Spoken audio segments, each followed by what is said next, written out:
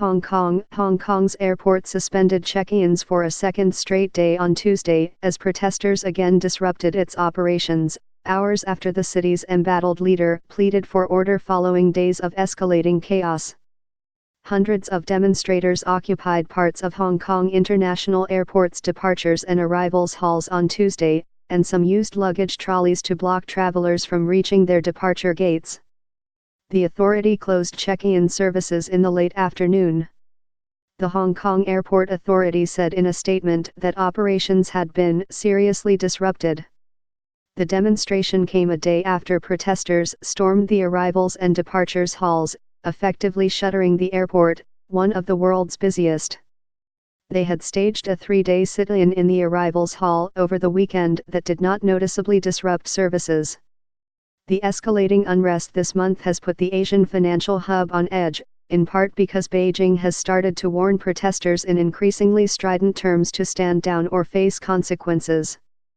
The prospect that China would send its military into Hong Kong to restore order still looks remote, but the fact that analysts and the city's residents are even discussing it underlines the depths of the political crisis.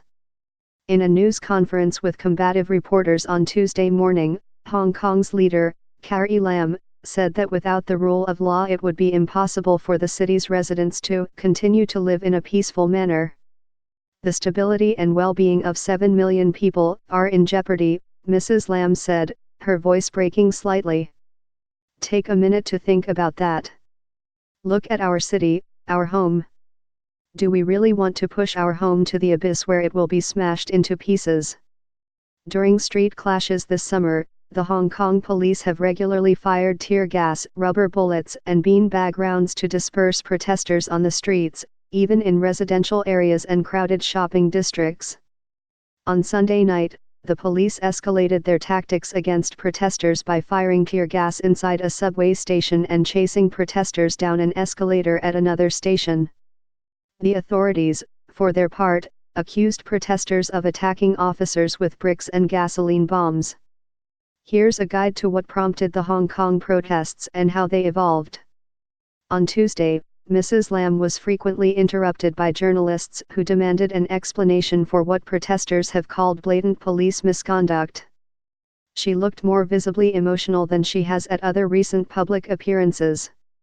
"Will you apologize to the girl?" one reporter asked, referring to a woman who was hit in her right eye on Sunday, apparently by a projectile fired by police officers, during the city's 10th straight weekend of mass demonstrations. "Why have you never condemned the police?" another asked. "Sir, please do not interrupt," one of Mrs. Lam's officials said at one point, as reporters shouted questions while she was trying to speak. Toward the end of the briefing, Mrs. Lam said that police operations are not determined by someone like myself, who is outside the police, and that officers on the ground had to make spot judgments. "It's not my choice to focus on the police, but all the questions have focused on the police," she said. Also on Tuesday, medical professionals held rallies at several local hospitals over what they said was a worrisome escalation in the intensity of police violence on the city's streets, and in solidarity with the woman who was hit in the eye on Sunday. The Hong Kong newspaper Apple Daily reported that the injured woman is a veterinary nurse. The rallies are a direct response to what happened on Sunday, Dr. Alfred Wong, a cardiologist who works at Tuen Mun Hospital in northwest Hong Kong, said at a gathering there that drew several hundred of his colleagues. "The police have taken actions that are against widely accepted humanitarian rules, and used force out of proportion," Dr. Wong added. The United Nations said in a statement on Tuesday that Michelle Bachelet, its High Commissioner for Human Rights, was concerned by the recent escalation of violence in Hong Kong. The United Nations also said it had reviewed credible evidence of law enforcement officials employing less lethal weapons in ways that are prohibited by international norms and standards, and it urged the authorities to comply with international standards on the use of force.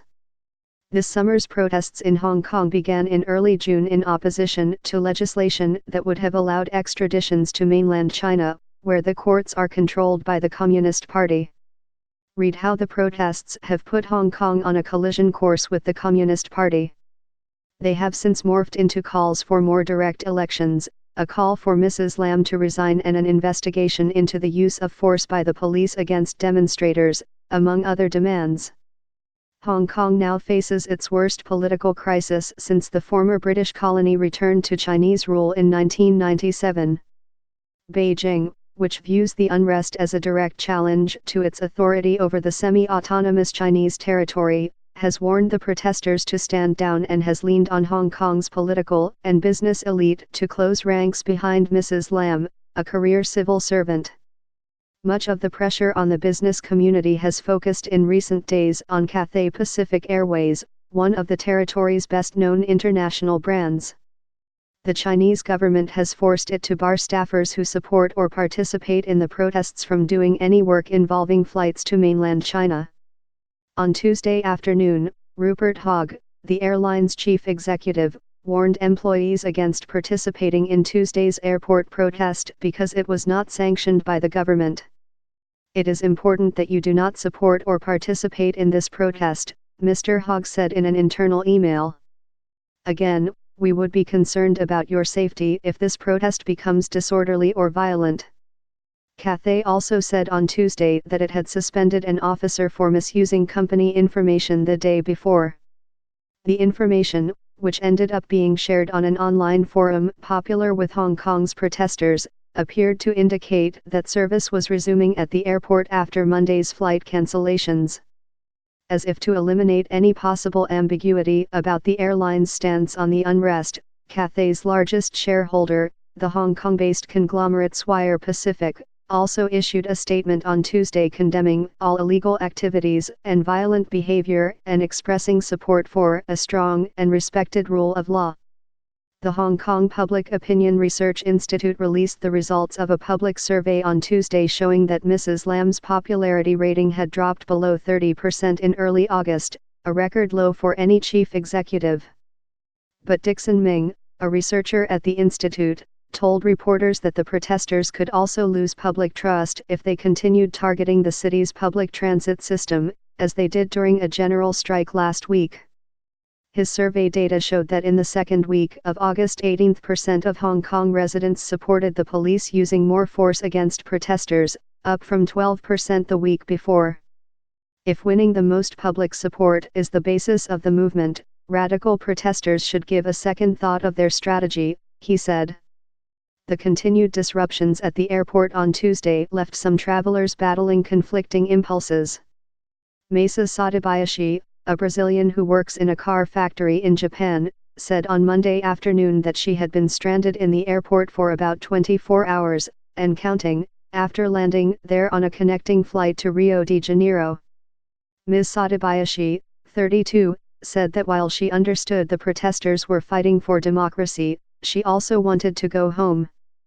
"Honestly, I don't know what to do," she said, standing beside a customer service desk.